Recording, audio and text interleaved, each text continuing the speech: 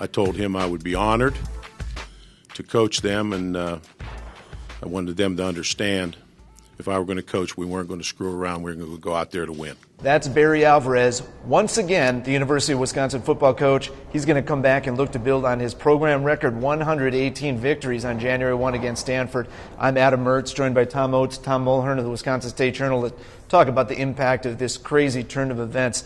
Guys, start with you, Mully. What does this do to this matchup? This is a matchup, Stanford, Wisconsin, that I don't think was on people's radars a lot nationally. Does this change the ball game? I think it energizes the players. I think it energizes the fan base. If anybody was lackluster about this, I think it adds a great deal of excitement to it. I think it's going to become a hot ticket. I mean, a Hall of Fame coach having a chance to come back and have one last stab at winning another Rose Bowl, I think it adds intrigue to the game as well. And I think TV ratings are going to be pretty good for this one. Yeah, if you look at it, this is a slam dunk. I think the players are really happy Barry Alvarez is going to coach this game. I think the fan base here in Wisconsin is really happy Barry Alvarez is going to coach this game.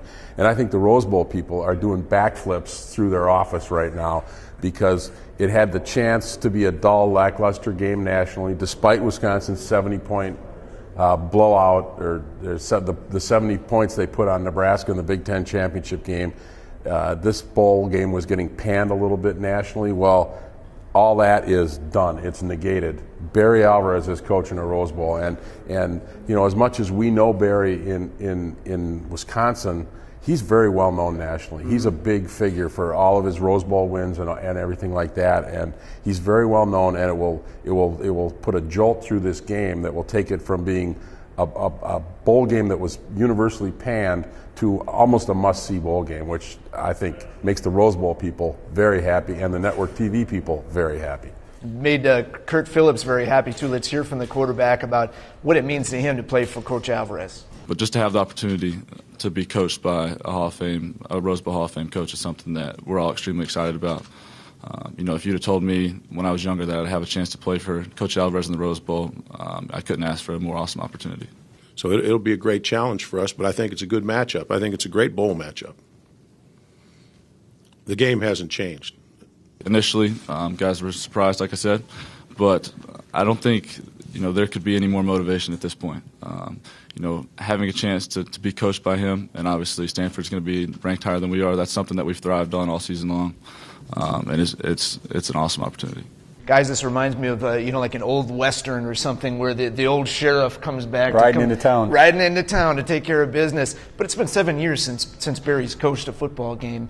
What's the dynamic for him getting back into the sidelines? And is this a perfect situation because it's coaching, and that's all it is? It's not running a program; it's coaching. Well, it's like riding a bike, but the bikes have changed in 7 years. Okay, it's no longer a 10-speed. It's a 30-speed mountain bike, and is Barry totally up to speed on all the X's and O's and the changes that have been made in the program? Probably not totally on a day-to-day basis, but as long as the coordinators stay, I think this is a great pairing. If the coordinators do so much of the work anyway, and as Barry said, he's just going to manage the game. So I don't see any problem with this at all. I think the coordinators, if anything, will be maybe a little freer to try some things and do some things they want to do. Mully, how do you see that breaking down in terms of the cohesion of a staff and working with coordinators and even working with players who you're not totally familiar with all of their traits? Yeah, I think it's going to work because Barry's going to be the big picture guy. He's going to make the big decisions in the game. I don't think he's going to get as involved in X's and O's, although I tell you, once he gets back in that role in practice on a day-to-day basis, I'm sure he will have some input and some thoughts on how to do things. But he hasn't been involved with the players he's there at practice and he's watching them. He probably watches some film, but as far as knowing everybody's strengths and weaknesses, and he said it sounds like all of the assistants are staying, so I think that carryover is going to help. They'll put together the game plan, but who better would you want on the sidelines making big game decisions, something that the former coach has been criticized about some of his decisions, than a guy who's 3-0 in the Rose Bowls. Brett jokes yesterday, Brett Bielema at his introductory press conference at Arkansas, that maybe they'll win a Rose Bowl now. But there's a little element of truth in that. I would think the way that Brett exited and that he didn't finish the job, that Barry kind of wants to show everyone how it's done. I think so. And a couple of things that Barry said that kind of jumped out at me. He's here to win this game. And then somebody talked about the legacy. And you know, he's 3-0. He could be 3-1. I think he totally understands that, and I don't think that bothers him in the least bit. I think every coach is a competitor, and you give a coach a chance. And he said when he was asked if he's missed coaching, he misses the big games and the big arenas. And now he's got the perfect setup to come back for one more big arena. And I think that's great. And you know, I don't know if he's trying. I don't know if anybody's trying to show anything to Brett Bielema on the way out the door, but obviously not the greatest departure or the smoothest departure. They seldom are in these matters, but I think winning a game after what he did in the last two would speak for itself.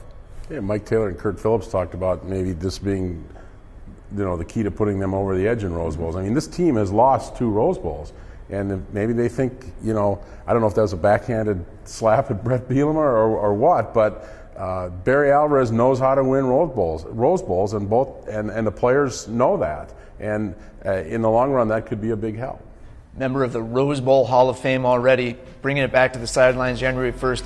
These guys will have all of the coverage leading into that big game on madison.com.